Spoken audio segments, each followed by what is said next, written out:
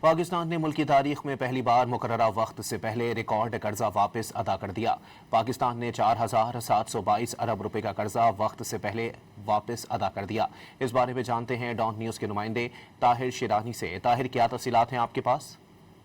جی، وفاقی وزیر خزانہ کے مشیر خرم شہزاد کی جانب سے جو تفصیلات جاری کی گئی ہیں اس کے مطابق پاکستان نے گزشتہ 2 مالی سال کے دوران ملک کی تاریخ میں پہلی بار 4722 ارب روپے کا جو قرضہ ہے وہ مقررہ وقت سے پہلے واپس ادا کر دیا ہے۔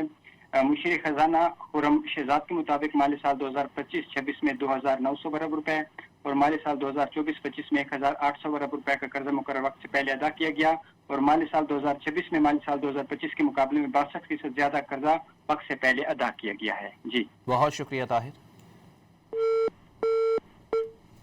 پاکستان نے ملک کی تاریخ میں پہلی بار مقررہ وقت سے پہلے ریکارڈ قرضہ واپس ادا کر دیا۔ پاکستان نے 4722 ارب روپے کا قرضہ وقت سے پہلے واپس ادا کر دیا۔